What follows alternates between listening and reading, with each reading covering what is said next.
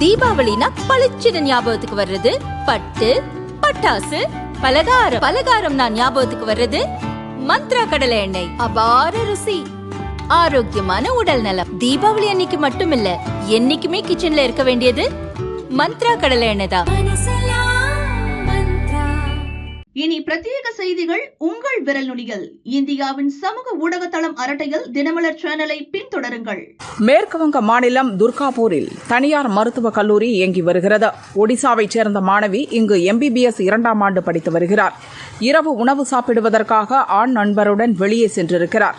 அப்போது மருத்துவமனை வாசலில் நின்றிருந்த 5 பேர் அவர்களை மறித்துள்ளனர். மாணவியின் செல்போனை பறித்துக்கொண்டு 3000 ரூபாய் தர சொல்லி மிரட்டியுள்ளனர். அப்போது மாணவியுடன் வந்த நண்பர் அவரை தனியாக விட்டு அங்கிருந்து ஓடியுள்ளார்.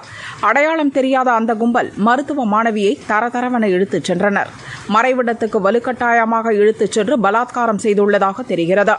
பாதிக்கப்பட்ட மாணவி அருகே உள்ள மருத்துவமனையில் சேர்க்கப்பட்டுள்ளார். அவரிடம் வாக்குமூலம் பெற்ற போலீசார் விசாரணையை தொடங்கியுள்ளனர். புகாருக்கு பின் முதலில் மாணவியின் ஆண் நண்பரை சந்தேகத்திற்குரியவராக போலீசார் கருதினர். ஆனால் அவர் மீட்பில் உதவியதாக தெரியவந்துள்ளது. மாணவி போலீசிடம் வாக்குமூலம் அளித்துள்ளார். மருத்துவக் கல்லூரி அருகே உள்ள CCTV கேமராக்களை ஆய்வு செய்து தப்பியோடிய 3 பேரை தீவிரமாக தேடி வந்தனர். அந்த ஆதாரங்களின் அடிப்படையில் உள்ளூரைச் சேர்ந்த 3 பேர் கைது செய்யப்பட்டுள்ளனர். இன்னும் 2 பேருக்கு இந்த சம்பவத்தில் தொடர்பு இருக்கலாம் என சந்தேகிக்கப்படுகிறது. இது உணர்வுபூர்வமான வழக்கு என்பதால் இப்போது குற்றவாளிகள் பற்றிய விவரம் வெளியிடப்படாது என போலீசார் கூறினர். தேசிய பெண்கள் ஆணையம் இந்த சம்பவம் குறித்து தாமாக முன்வந்து விசாரித்துள்ளது. 5 நாட்களுக்குள் விரிவான அறிக்கை தாக்கல் செய்ய வேண்டும் என மேற்கு வங்க DGPக்கு உத்தரவிட்டுள்ளது.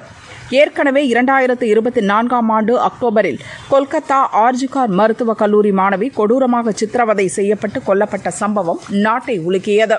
இப்போது அதே பாணியில் மருத்துவ மாணவிக்கு பாலியல் துன்புறுத்தல் நடந்திருப்பது மம்தா தலைமையிலான மேற்கு வங்க அரசின் மீது பல விமர்சனங்களை தூண்டியுள்ளது.